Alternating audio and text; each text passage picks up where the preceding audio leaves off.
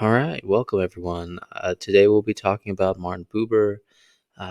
Hopefully, this series can just address relatively simple concepts in understanding Buber and making them relatively short. So, today we'll be talking about Martin Buber's distinction between feelings and love.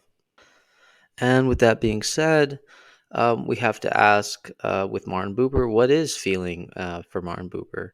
This isn't really made clear in the I and Thou, unfortunately, but we can probably figure this out together by doing some comparisons between what he says about feeling and what he says about love. And so Buber's first address on feelings is actually found in the first part of I and Thou, where he says that actually feelings accompany the metaphysical and metapsychal fact of love, but they do not constitute it. For him, feelings dwell in man, but man dwells in his love. And so for Buber, it seems that feelings are something that can be possessed, and love rather is more of an event, a happening between two individuals, between a I and thou. Um, we will get into later about the complexity of I and thou, but it is not simply between two individuals. But for the sake of this video, we'll accept it. So, why does Martin Buber bother making this distinction? It seems to him that feelings can jump around and change, and they don't quite address the absolute relation that he wants to talk about. Even psychology seems to relativize it by addressing it as a particular and limited feeling. Now, ironically, one of the reductions made about Buber in psychology is trying to use him as a kind of stance on empathy, where empathy is simply the ability to understand and share feelings of another.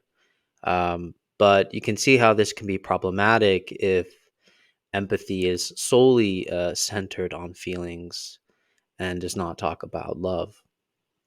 And so then what is love for Martin Buber?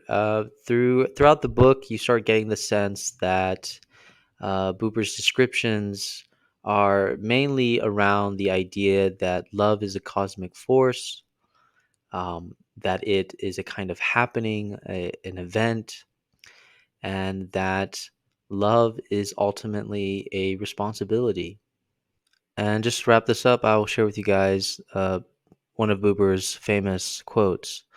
Love is a responsibility of an I for a you, and this consists what cannot consist in any feeling, the equality of all lovers. From the smallest to the greatest, and from the blissfully secure whose life is circumscribed by the life of one beloved human, being to him that has nailed his life long to the cross of the world, capable of what is immense and bold enough to risk it, to love man. All right, thanks for watching, guys. And just to kind of end it with a kind of note, just keep in mind that everything that was discussed here is more of an introduction and not really a fully in depth conversation about this topic.